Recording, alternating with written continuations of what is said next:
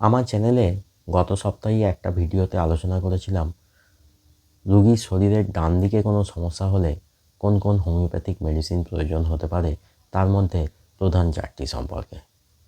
আর আজকের ভিডিওতে আলোচনা করব রোগীর শরীরের বাম দিকে কোনো সমস্যা হলে বা কোনো সমস্যা যদি রোগীর শরীরের বাম দিক থেকে ডান দিকে ছড়িয়ে পড়ে, তাহলে প্রধান চারটি হোমিওপ্যাথিক মেডিসিন কী কী প্রয়োজন হতে পারে তাই নিয়ে। আপনারা যদি আগের ওই ভিডিওটা দেখে না থাকেন, তাহলে এন্ড স্ক্রিনে লিঙ্ক দেওয়া থাকবে, দেখে নেবেন। এই যে চারটি মেডিসিন সম্পর্কে আজকে আলোচনা করব, তার মধ্যে তিনটি মেডিসিন সম্পর্কে আগেই আমার চ্যানেলে বিস্তারিত ভিডিও দেওয়া আছে, প্রয়োজনে সেগুলো দেখে নিতে পারেন। এবার আলোচনা শুরু করছি। নমস্কার, আমি ডাক্তার বিপ্লব কুণ্ডু আপনাদেরকে আরও একবার স্বাগত জানাচ্ছি আমার চ্যানেল দৈনন্দিন জীবনে হোমিওপ্যাথি আর একটা সম্পূর্ণ নতুন ভিডিওতে। শরীরের বাম দিকে কী কী সমস্যা হতে পারে?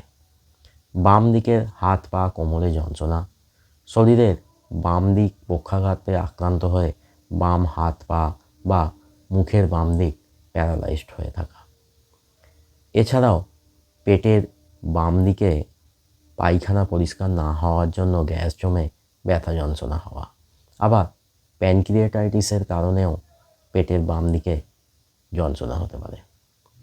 গলার বাম দিকের গ্ল্যান্ড ফুলে ব্যথা যন্ত্রণা হওয়া বা বাম দিকের কানে যন্ত্রণা হওয়া। আর আমাদের শরীরের বাম দিকে থাকে হার্ট, কিন্তু এই হার্টের জন্য কোন কোন মেডিসিন প্রয়োজন হতে পারে এবং সেই হোমিওপ্যাথিক মেডিসিনগুলো কিভাবে কাজ করে সেই সম্পর্কে আজকে আলোচনা করব না, পরে সম্পূর্ণ ভিডিও আনব এই সম্পর্কে। আজকে এই চারটি মেডিসিন সম্পর্কেই আলোচনা করব। প্রথম মেডিসিন ল্যাকেসিস, মাথার বাম দিকে যন্ত্রণা, গলার বাম দিকে ব্যথা, যা প্রধানত ঢোক গিললে বেশি অনুভূত হয় আর ঠান্ডা জল খেলে একটু আরাম পাওয়া যায়। গলার বাম দিকের গ্ল্যান্ড ফুলে থাকা, শরীরের বাম দিকে অংশ পক্ষাঘাতে আক্রান্ত হওয়া, সে সম্পূর্ণ হোক বা আংশিক, যেমন বাম হাত পা বা মুখের বাম দিক। শরীরের বাম দিকের বিভিন্ন জয়েন্ট, যেমন হাত পায়ের জয়েন্ট ব্যথা যন্ত্রণায় আক্রান্ত হওয়া, এবং এই ব্যথা যন্ত্রণা যদি ঠান্ডা দিলে একটু আরাম পাওয়া যায়।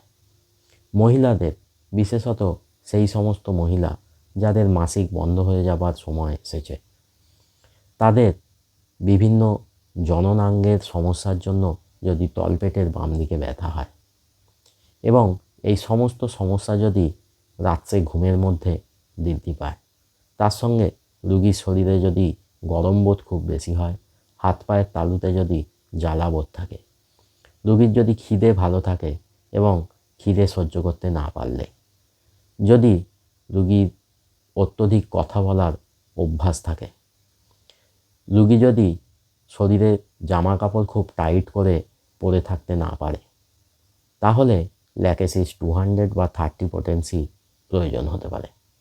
দ্বিতীয় মেডিসিন ফসফরাস, এক্ষেত্রেও মাথার বাম দিকে যন্ত্রণা হওয়া, বাম কানে শুনতে অসুবিধা হওয়া, ওপর পেটের বাম দিকে প্যানক্রিয়াটাইটিসের জন্য ব্যথা যন্ত্রণা হওয়া, যা একটু ঠান্ডা জল খেলে আরাম পাওয়া যায়।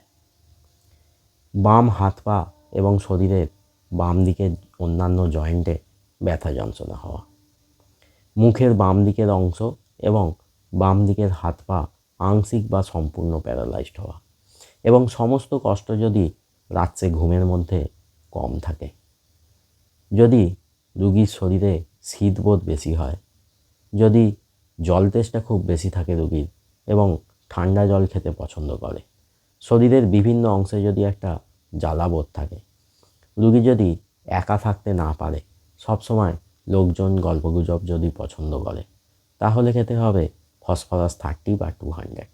তৃতীয় মেডিসিন মার্পিনায়ট, শরীরের বাম দিকের সমস্যা, যেমন মাথার বাম দিকে ব্যথা হওয়া, বাম কানে ব্যথা এবং বাম কান থেকে রস পড়া, শরীরের বাম দিকে যে কোনো গ্রোথ বা শরীরের বাম দিকে ঘা হওয়া, জিভের বাম দিকে ঘা হওয়া, গলার বাম দিকে গ্ল্যান্ড ফোলা, শরীরের বাম দিকের বিভিন্ন জয়েন্টে ব্যথা যন্ত্রণা হওয়া।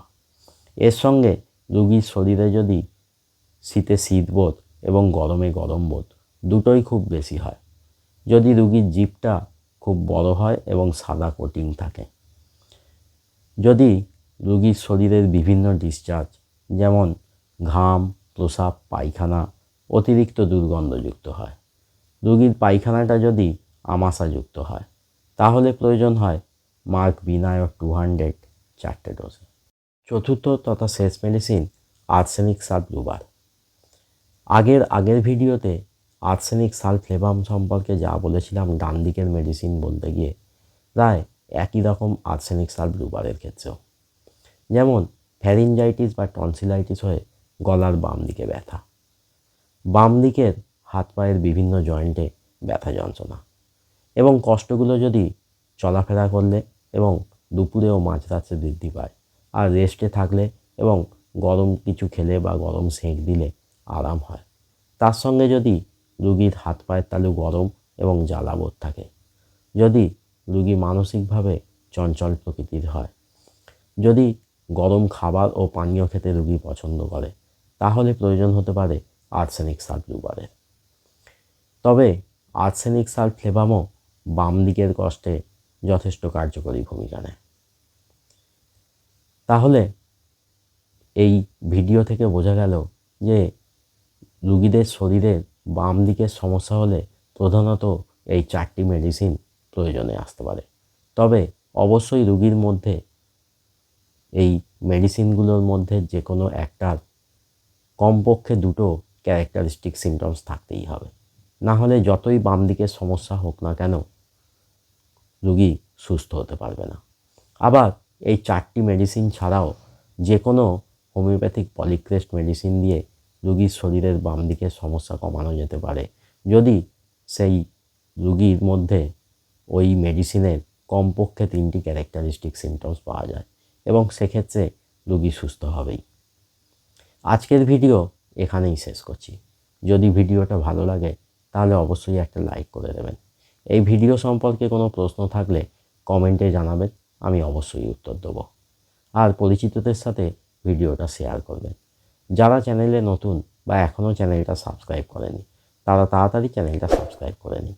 আর সাবস্ক্রাইব করার সময় পাশের বেল আইকনটা প্রেস করুন, তাহলেই নতুন ভিডিও এলে আপনারা নোটিফিকেশান পেয়ে যাবেন।